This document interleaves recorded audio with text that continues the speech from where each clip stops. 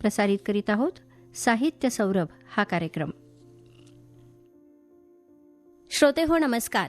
साहित्य सौरभ या कार्यक्रमामध्ये मी वैशाली जाधव आपल्या सर्वांचं मनपूर्वक स्वागत करते. श्रोते हो, आजच्या या आपल्या साहित्य सौरभ कार्यक्रमामध्ये आपल्या भेटीला आले आहेत पुणे महानगरपालिकेचे डेप्युटी कमिशनर व लेखक असणारे राजीव नंदकर सर.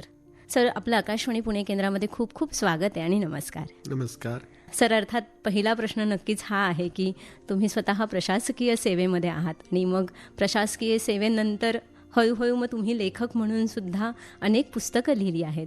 तर सुरुवातीला तुमच्या त्या प्रशासकीय प्रवासाबद्दल थोडंसं ऐकायला आवडेल. कृषी महाविद्यालय पुणे येथे ज्यावेळेस माझं ग्रॅज्युएशन पूर्ण झालं त्याच्यानंतर कृषी सहाय्यक म्हणून माझी निवड झाली आणि 1 वर्ष कृषी सहाय्यक म्हणून काम केल्यानंतर नाशिक जिल्ह्यामध्ये बँक ऑफ महाराष्ट्रमध्ये मी उपव्यवस्थापक या पदावर जवळपास 4 वर्ष काम केलं. बरं. हे काम करत असताना मी स्पर्धा परीक्षेचा अभ्यास करत होतो आणि त्या अनुषंगाने माझी उपजिल्हाधिकारी या पदावर 24व्या क्रमांकाने निवड झाली. त्याच्यानंतर मग मी गडचिरोली, नांदेड, बीड, परभणी, जालना, छत्रपती संभाजीनगर आणि हिंगोली या जिल्ह्यात प्रांत अधिकारी किंवा जिल्हा पुरवठा अधिकारी, भूसंपादन अधिकारी अशा वेगवेगळ्या पदावर काम केलं. त्यानंतर मंत्रालय मुंबई येथे आणि त्याचबरोबर विधान भवन मुंबई येथे मी जवळपास 2 वर्ष काम केलं आणि त्यानंतर मागील 1.5 वर्षापासून पुणे महानगरपालिकेमध्ये उपायुक्त या पदावर काम करत आहे. सर, असा खरंच प्रश्न पडतो कारण सरकारी अधिकारी इतकी सगळी वेगवेगळी कामं असताना सुद्धा तुमच्यातला लेखक कसा काय जिवंत ठेवला, त्याविषयी थोडीशी उत्सुकता आहे. प्रशासकीय सेवेमधला जो काही प्रचंड व्याप आहे, परंतु प्रशासकीय कामकाज करत असताना नोट्स काढणे, टिपण काढणे किंवा लहान लहान बाबी लिहून ठेवणे अशा मी गोष्टी सातत्याने करायचो. एकदा माझे जे काही कर्मचारी असतात त्यांनी बऱ्याच वेळा आग्रह केल्यानंतर मी 2-3 लेख नवाकाळ आणि महाराष्ट्र टाइम या वृत्तपत्राला पाठवले त्या काळात आणि ते छापून आल्यानंतर मात्र माझा उत्साह वाढला, मला थोडीशी स्वयंप्रेरणा मिळाली आणि मग मी लिहायला सुरुवात केलं. आणि मग लिहायला एकदा सुरुवात केल्यानंतर मी अजिबात थांबलो नाही. मागील काही 4-5 वर्षामध्ये 150 पेक्षा जास्त आर्टिकल्स वेगवेगळ्या ठिकाणी, 10 संशोधन पेपर, त्याच्यानंतर 8 पुस्तकं वेगवेगळ्या विषयावर आणि सांगायला मला आवडेल की गेले 5 वर्षात मी स्वतः जवळपास 5 लाख शब्दांचं लिखाण केलेलं आहे. सर, आत्ताच तुम्ही म्हणालात की तुम्ही वेगवेगळ्या पद्धतीचं लिखाण करत आलात, पण मग नक्की कोणत्या पद्धतीचं लिखाण आतापर्यंत वाचकांच्या भेटीला आलंय तुमच्याकडून? प्रशासनात काम करत असताना अगोदर मी थोडंसं प्रशासकीय बाबी ज्या असतात त्याच्यावर जास्त लिखाण करत होतो. त्याच्यामध्ये आमच्या महसूल विभागाची एक समाधान योजना होती, त्या योजनेवर मी लिहिलं पुस्तक. त्याच्यानंतर आपल्याला माहित असेल की मराठवाड्यामध्ये दुष्काळामध्ये चारा छावण्या उभ्या केल्या जातात आणि त्या चारा छावणीचं व्यवस्थापन कसं राहावं, तिथं प्रशासनाने कसं काम करावं याच्याबद्दल आमचे बरेच लोक अनभिज्ञ होते, त्यांना माहित नव्हतं आणि त्यांना त्याबद्दल माहिती व्हावी म्हणून मी एक दुसरं चारा छावणी नावाचं पुस्तक लिहिलं. त्याच्यानंतर मराठवाडा म्हटलं की शेतकऱ्यांच्या आत्महत्या हा विषय खूप संवेदनशील असतो. बरोबर आहे. आणि त्या अनुषंगाने ह्या शेतकरी आत्महत्या का होतात, त्याच्यामागे कारण काय आहेत, त्याच्यासाठी काय उपाययोजना केल्या पाहिजेत, या अनुषंगाने बळीराजा तुझ्यासाठी नावाचं एक मी जवळपास 200 पानांचं पुस्तक लिहिलं.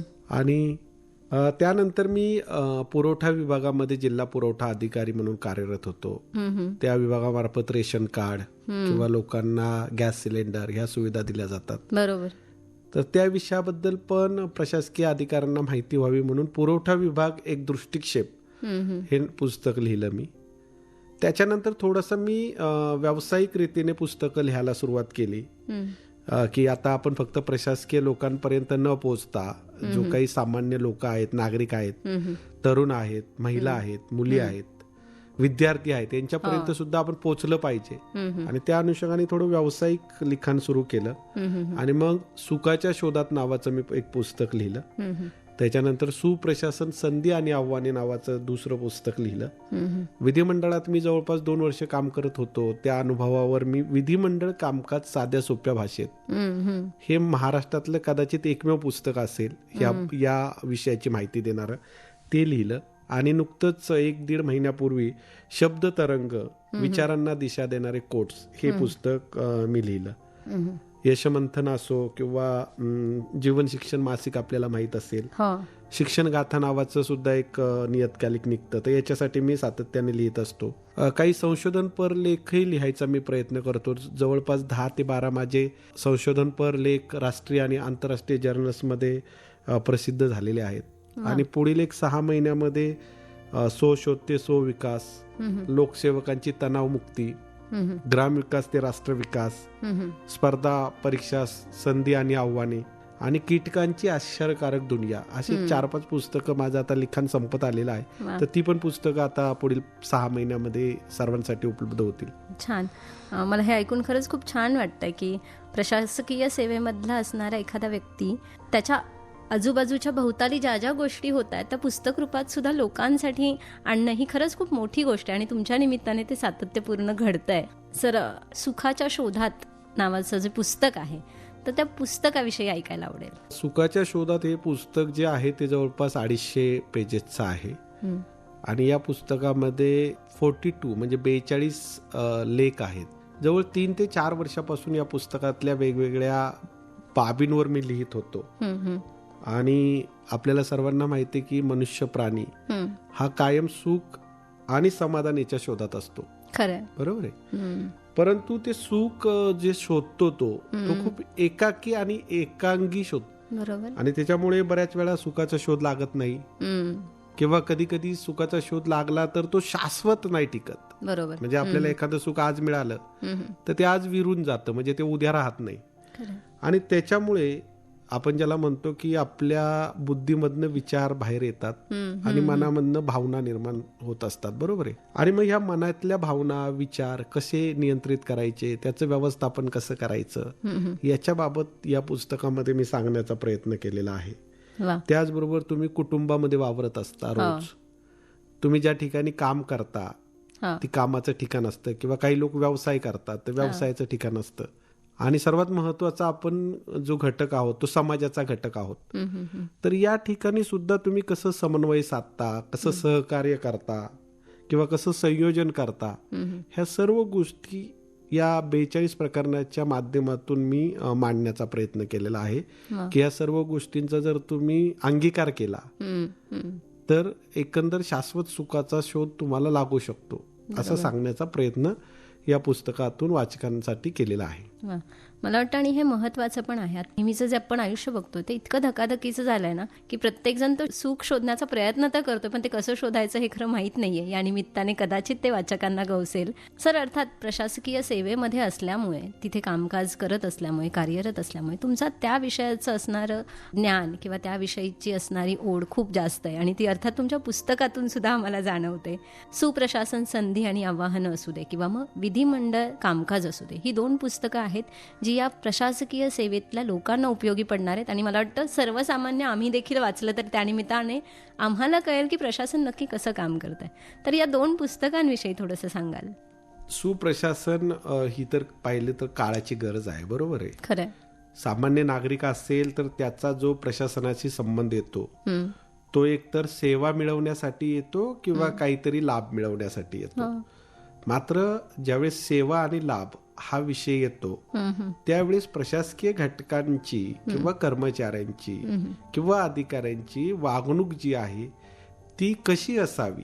म्हणजे आपण बऱ्याच वेळा म्हणतो की पारदर्शक प्रशासन हवं किंवा उत्तरदायी प्रशासन हवं किंवा आपण कधी कधी म्हणतो जबाबदार प्रशासन हवं. तर हे जे वेगवेगळे बिंदू आहेत, जबाबदार प्रशासन असेल, कार्यक्षम प्रशासन असेल, सर्वसमावेशक प्रशासन असेल, समन्यायी प्रशासन असेल किंवा कायद्याचं प्रशासन असेल, तर ह्या ज्या छोटे छोटे बिंदू आहेत हे विस्तृत स्वरूपाने सांगण्याचा प्रयत्न मी या पुस्तकातून केलेला आहे. जेणेकरून नागरिकांना पण नक्की याच्यातून शासनाकडून काय घ्यायचं हे कळेल आणि प्रशासनातल्या अधिकाऱ्यांना आणि कर्मचाऱ्यांनी आपण काय देण्यास बांधील आहोत हे कळेल. किती महत्वाचं आहे. तर असा विषय त्या सुप्रशासन संधी आणि आव्हाने या पुस्तकामध्ये मांडण्याचा प्रयत्न केलेला आहे. विधिमंडळ कामकाज साध्या सोप्या भाषेत या पुस्तकाबद्दल आपण विचारत होता आता. तर जवळपास 2 वर्ष मी विधिमंडळामध्ये विशेष कार्य अधिकारी म्हणून कामकाज करत होतो. बरोबर.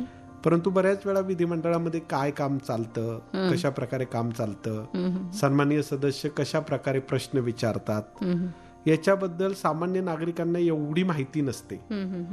आणि माझे जे मित्र आहेत त्यांचं पण बऱ्याच वेळा मला सांगणं होतं की तू आता 2 वर्ष काम केलेलं आहे, तू ह्या विषयावर लिही. आणि मग मी ते धाडस केलं आणि लिहायला घेतलं. आणि याच्यात विशेष बाब अशी घडली की यशदा नावाची आपली महत्वाची शिखर संस्था आहे. बरोबर, प्रशिक्षण संस्था आहे ही. राज्यातल्या सर्व क्लास 1 क्लास 2 अधिकाऱ्यांना प्रशिक्षण ती देते. बरोबर. तर या संस्थेने ते पुस्तक प्रकाशित केलं. आनंदाची गोष्ट म्हणजे कारण मी यशदा सोबत जवळपास 5 वर्षापासून कनेक्टेड आहे. जवळपास 150 तिथे लेक्चर मी डिलिव्हर केलेले आहेत अधिकाऱ्यांना आणि जवळपास 3 ते 4 अधिकाऱ्यांना मी तिथे शिकवलेलं आहे.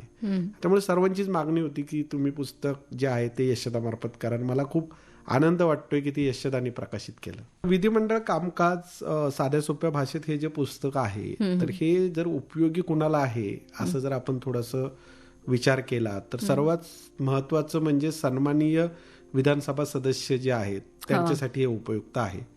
त्यांच्यासोबत त्यांचे खाजगी स्वीय सहाय्यक असतात, बरोबर, त्यांच्यासाठी हे उपयोगी आहे.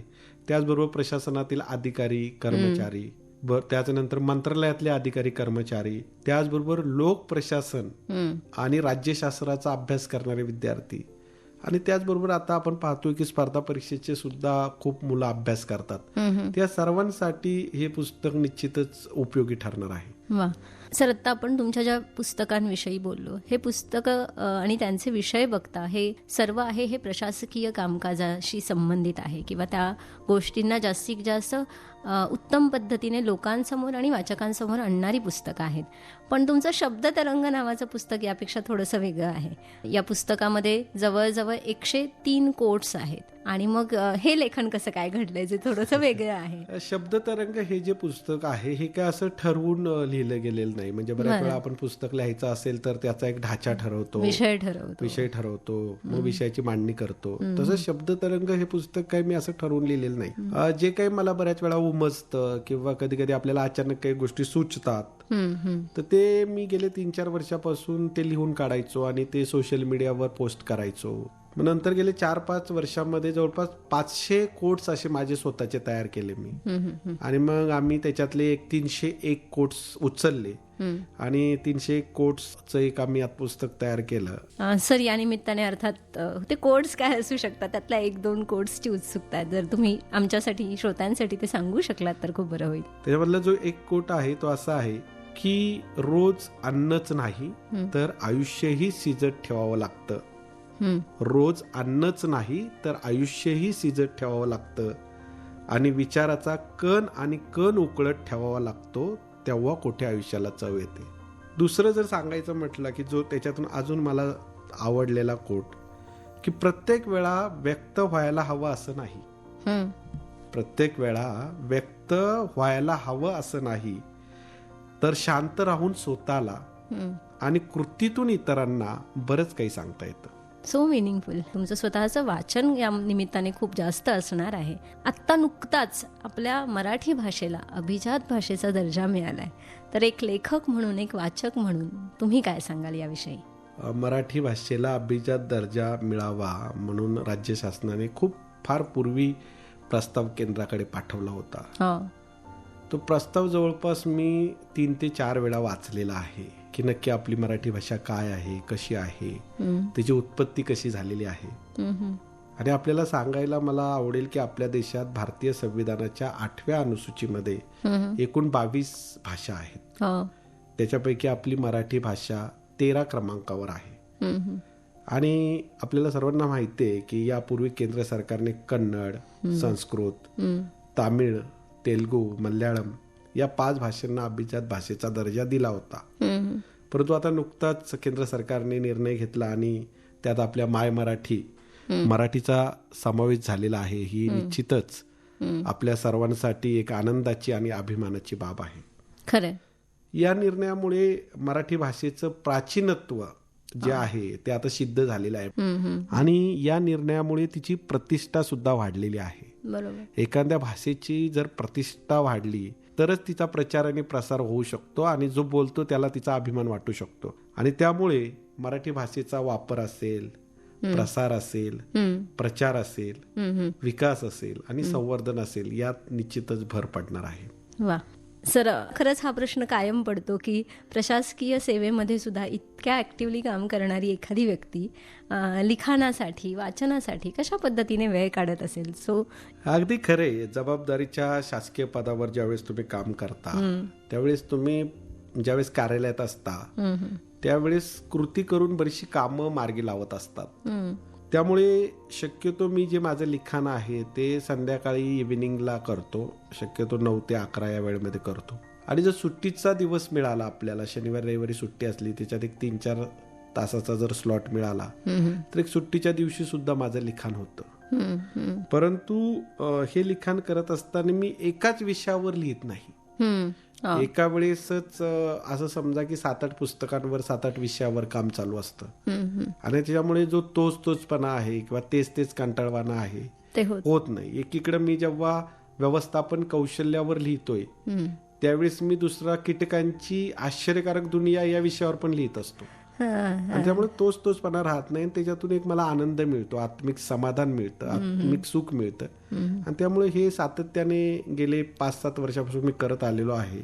त्याच्यामागे माझं सातत्य आणि कष्ट हे आहेत. वा, मुलाखतीच्या शेवटच्या प्रश्नाकडे आहोत आपण की तुम्ही लेखन करताय, तुम्ही उत्तम वाचन करताय, हे सगळं आजूबाजूला घडतंय. आपण सगळेच जण मराठीला आता अभिजात भाषेचा दर्जा मिळालाय म्हणून जितके आनंदी आहोत तितकेच कुठेतरी आपल्या डोक्यामध्ये कुठेतरी हेही प्रश्न सातत्याने येत असतात की ही वाचन संस्कृती कदाचित साहित्यामध्ये काम करणाऱ्या, रुची असणाऱ्या लोकांकडून घडेलच, पण इतरांकडूनही ही वाचन संस्कृती टिकावी. आणि आत्ताचं आजूबाजूचं जग बघता रील्स आणि सोशल मीडियाच्या ज्या काही एका वेगळ्या पद्धतीच्या झोनमध्ये आपण सगळे अडकत चाललोय, तर या सगळ्यामध्ये नक्की ही वाचन संस्कृती रुजावी यासाठी आपण आपल्याकडून नक्की काय प्रयत्न करायला हवेत असं तुम्हाला वाटतंय? खरं पाहिलं तर वाचन जे आहे हे माणसाला एक नवी दृष्टी आणि एक नवा विचार देत असतं. आपल्याला माहिती आहे रील्सचा जमाना आहे, परंतु आपण पाहतो की रील्सचा जो आनंद आहे तो अगदी तात्पुरता असतो, म्हणजे 10-15 सेकंदाचा असतो. बरोबर. ही वाचन संस्कृती जर रुजवायची असेल तर मला वाटतं की पालक जे आहेत, विद्यार्थी किंवा युवांचे पालक जे आहेत किंवा शिक्षक जे आहेत त्यांची भूमिका खूप महत्वाची आहे. म्हणजे मुलांना पुस्तके वाचण्यासाठी ते प्रवृत्त करू शकतात, त्यांना गोडवी लावू शकतात. पूर्वीसारखं आता पुस्तकं घेणं काही खूप महाग राहिलेलं नाही. त्यामुळे पालकांनी सुद्धा पुस्तकं विकत घेऊन मुलांना वाचायला जर दिली तर मुलं पुस्तकं वाचतील आणि पालकही वाचायला लागले तर आपले पालक वाचतायत हे पाहून मुलंही पुस्तकांचं वाचन करू शकतात. त्याचबरोबर शिक्षकांनी सुद्धा वेगवेगळे पुस्तकाच्या संदर्भात प्रश्नमंजुषा असेल किंवा वादविवाद स्पर्धा असेल, सारांश लेखन असेल, असं जर काहीतरी उपक्रम राबवला तर मुलं वाचायला शिकू शकतात. आणि मला असं वाटतं की मोबाईल पासून जर मुलांची सुटका करायची असेल तर सर्वात चांगला पर्याय मोबाईलच्या ऐवजी त्यांच्या हातात पुस्तक देणं हा एक खूप महत्वाचा पर्याय आहे. आणि त्याच्यामुळे प्रौढ असतील, तरुण असतील, ज्येष्ठ नागरिक असतील यांनी सुद्धा पुस्तकं वाचायला सुरुवात केली पाहिजे आणि आपण वाचलेलं पुस्तक ते दुसऱ्यापर्यंत सुद्धा आपण पोहोचवलं पाहिजे, त्याच्यावर चर्चा व्हायला पाहिजे, विचारमंथन व्हायला पाहिजे. सर, तुमच्या निमित्ताने मला प्रशासनात काम करणारा एक उत्तम अधिकारी लेखक या निमित्ताने भेटलाय आणि अर्थात आमच्या श्रोत्यांना सुद्धा तुम्ही आकाशवाणी पुणे केंद्रात आलात, आमच्याशी गप्पा मारल्या, या सर्वासाठी मनापासून धन्यवाद. धन्यवाद. श्रोते हो, आपल्या साहित्य सौरभ या कार्यक्रमातून आपल्या सर्वांचा निरोप घेतेय. पुन्हा भेटूयाच पुढच्या कार्यक्रमात. या कार्यक्रमासाठी निर्मिती सहाय्य दिलं होतं वैशाली जाधव यांनी आणि सादर करते मुजम्मिल पटेल. ही आकाशवाणी प्रसारित करीत आहोत साहित्य सौरभ हा कार्यक्रम. श्रोते हो, नमस्कार. साहित्य सौरभ या कार्यक्रमामध्ये मी वैशाली जाधव आपल्या सर्वांचं मनपूर्वक स्वागत करते. श्रोते हो, आजच्या या आपल्या साहित्य सौरभ कार्यक्रमामध्ये आपल्या भेटीला आले आहेत पुणे महानगरपालिकेचे डेप्युटी कमिशनर व लेखक असणारे राजीव नंदकर सर. सर, आपलं आकाशवाणी पुणे केंद्रामध्ये खूप खूप स्वागत आहे आणि नमस्कार. नमस्कार. सर, अर्थात पहिला प्रश्न नक्कीच हा आहे की तुम्ही स्वतः प्रशासकीय सेवेमध्ये आहात आणि मग प्रशासकीय सेवेनंतर हळूहळू मग तुम्ही लेखक म्हणून सुद्धा अनेक पुस्तकं लिहिली आहेत. तर सुरुवातीला तुमच्या त्या प्रशासकीय प्रवासाबद्दल थोडंसं ऐकायला आवडेल. कृषी महाविद्यालय पुणे येथे ज्यावेळेस माझं ग्रॅज्युएशन पूर्ण झालं त्याच्यानंतर कृषी सहाय्यक म्हणून माझी निवड झाली आणि 1 वर्ष कृषी सहाय्यक म्हणून काम केल्यानंतर नाशिक जिल्ह्यामध्ये बँक ऑफ महाराष्ट्रमध्ये मी उपव्यवस्थापक या पदावर जवळपास 4 वर्ष काम केलं. बरं. हे काम करत असताना मी स्पर्धा परीक्षेचा अभ्यास करत होतो आणि त्या अनुषंगाने माझी उपजिल्हाधिकारी या पदावर 24व्या क्रमांकाने निवड झाली. त्याच्यानंतर मग मी गडचिरोली, नांदेड, बीड, परभणी, जालना, छत्रपती संभाजीनगर आणि हिंगोली या जिल्ह्यात प्रांत अधिकारी किंवा जिल्हा पुरवठा अधिकारी, भूसंपादन अधिकारी अशा वेगवेगळ्या पदावर काम केलं. त्यानंतर मंत्रालय मुंबई येथे आणि त्याचबरोबर विधान भवन मुंबई येथे मी जवळपास 2 वर्ष काम केलं आणि त्यानंतर मागील 1.5 वर्षापासून पुणे महानगरपालिकेमध्ये उपायुक्त या पदावर काम करत आहे. सर, असा खरंच प्रश्न पडतो, कारण सरकारी अधिकारी इतकी सगळी वेगवेगळी कामं असताना सुद्धा तुमच्यातला लेखक कसा काय जिवंत ठेवला, त्याविषयी थोडीशी उत्सुकता आहे. प्रशासकीय सेवेमधला जो काही प्रचंड व्याप आहे, परंतु प्रशासकीय कामकाज करत असताना नोट्स काढणे, टिपण काढणे किंवा लहान लहान बाबी लिहून ठेवणे अशा मी गोष्टी सातत्याने करायचो. एकदा माझे जे काही कर्मचारी असतात त्यांनी बऱ्याच वेळा आग्रह केल्यानंतर मी 2-3 लेख नवाकाळ आणि महाराष्ट्र टाइम या वृत्तपत्राला पाठवले त्या काळात आणि ते छापून आल्यानंतर मात्र माझा उत्साह वाढला, मला थोडीशी स्वयं प्रेरणा मिळाली आणि मग मी लिहायला सुरुवात केलं आणि मग लिहायला एकदा सुरुवात केल्यानंतर मी अजिबात थांबलो नाही. मागील काही 4-5 वर्षामध्ये 150 पेक्षा जास्त आर्टिकल्स वेगवेगळ्या ठिकाणी, 10 संशोधन पेपर, त्याच्यानंतर 8 पुस्तकं वेगवेगळ्या विषयावर आणि सांगायला मला आवडेल की गेले 5 वर्षात मी स्वतः जवळपास 5 लाख शब्दांचं लिखाण केलेलं आहे. सर, आत्ताच तुम्ही म्हणालात की तुम्ही वेगवेगळ्या पद्धतीचं लिखाण करत आलात, पण मग नक्की कोणत्या पद्धतीचं लिखाण आतापर्यंत वाचकांच्या भेटीला आलंय तुमच्याकडून? प्रशासनात काम करत असताना अगोदर मी थोडंसं प्रशासकीय बाबी ज्या असतात त्याच्यावर जास्त लिखाण करत होतो. त्याच्यामध्ये आमच्या महसूल विभागाची एक समाधान योजना होती, त्या योजनेवर मी लिहिलं पुस्तक.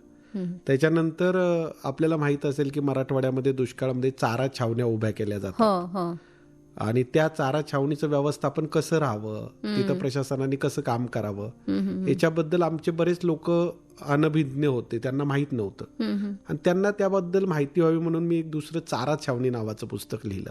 त्याच्यानंतर मराठवाडा म्हटलं की शेतकऱ्यांच्या आत्महत्या हा विषय खूप संवेदनशील असतो.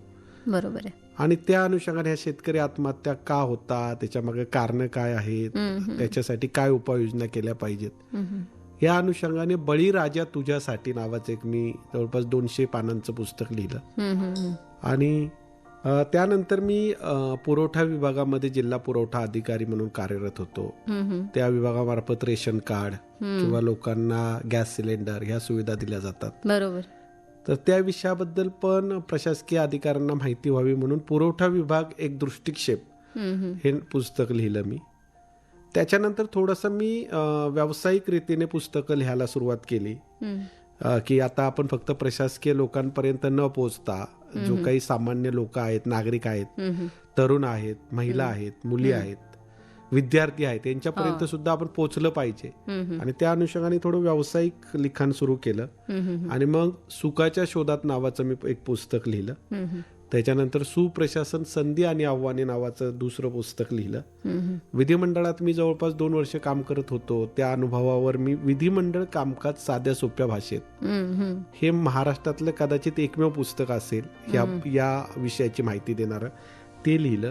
आणि नुकतंच 1-1.5 महिन्यापूर्वी शब्द तरंग विचारांना दिशा देणारे कोट्स हे पुस्तक मी लिहिलं. यशमंथन असो किंवा जीवन शिक्षण मासिक आपल्याला माहित असेल, शिक्षण गाथा नावाचं सुद्धा एक नियतकालिक निघतं, तर याच्यासाठी मी सातत्याने लिहित असतो. काही संशोधनपर लेखही लिहायचा मी प्रयत्न करतो. जवळपास 10 ते 12 माझे संशोधनपर लेख राष्ट्रीय आणि आंतरराष्ट्रीय जर्नल्समध्ये प्रसिद्ध झालेले आहेत. आणि पुढील एक 6 महिन्यामध्ये सो शोध ते सो विकास, लोकसेवकांची तणावमुक्ती, ग्रामविकास ते राष्ट्रविकास, स्पर्धा परीक्षा संधी आणि आव्हाने आणि कीटकांची आश्चर्यकारक दुनिया, अशी 4-5 पुस्तकं माझं आता लिखाण संपत आलेलं आहे. तर ती पण पुस्तकं आता पुढील 6 महिन्यामध्ये सर्वांसाठी उपलब्ध होतील. छान. मला हे ऐकून खरंच खूप छान वाटतंय की प्रशासकीय सेवेमधला असणारा एखादा व्यक्ती त्याच्या आजूबाजूच्या भोवताली ज्या ज्या गोष्टी होत आहेत त्या पुस्तक रूपात सुद्धा लोकांसाठी आणणं ही खरंच खूप मोठी गोष्ट आहे आणि तुमच्या निमित्ताने ते सातत्यपूर्ण घडतंय. सर, सुखाच्या शोधात नावाचं जे पुस्तक आहे तर त्या पुस्तकाविषयी ऐकायला आवडेल. सुखाच्या शोधात हे पुस्तक जे आहे ते जवळपास 250 पेजेसचं आहे. आणि या पुस्तकामध्ये 42 म्हणजे 42 लेख आहेत. जवळ 3 ते 4 वर्षापासून या पुस्तकातल्या वेगवेगळ्या बाबींवर मी लिहित होतो. आणि आपल्याला सर्वांना माहिती आहे की मनुष्य प्राणी हा कायम सुख आणि समाधान याच्या शोधात असतो. खरं, बरोबर आहे. परंतु ते सुख जे शोधतो तो खूप एकाकी आणि एकांगी शोधतो. बरोबर. आणि त्याच्यामुळे बऱ्याच वेळा सुखाचा शोध लागत नाही किंवा कधी कधी सुखाचा शोध लागला तर तो शाश्वत नाही टिकत. बरोबर. म्हणजे आपल्याला एखादं सुख आज मिळालं तर ते आज विरून जातं, म्हणजे ते उद्या राहत नाही. आणि त्याच्यामुळे आपण ज्याला म्हणतो की आपल्या बुद्धीमधनं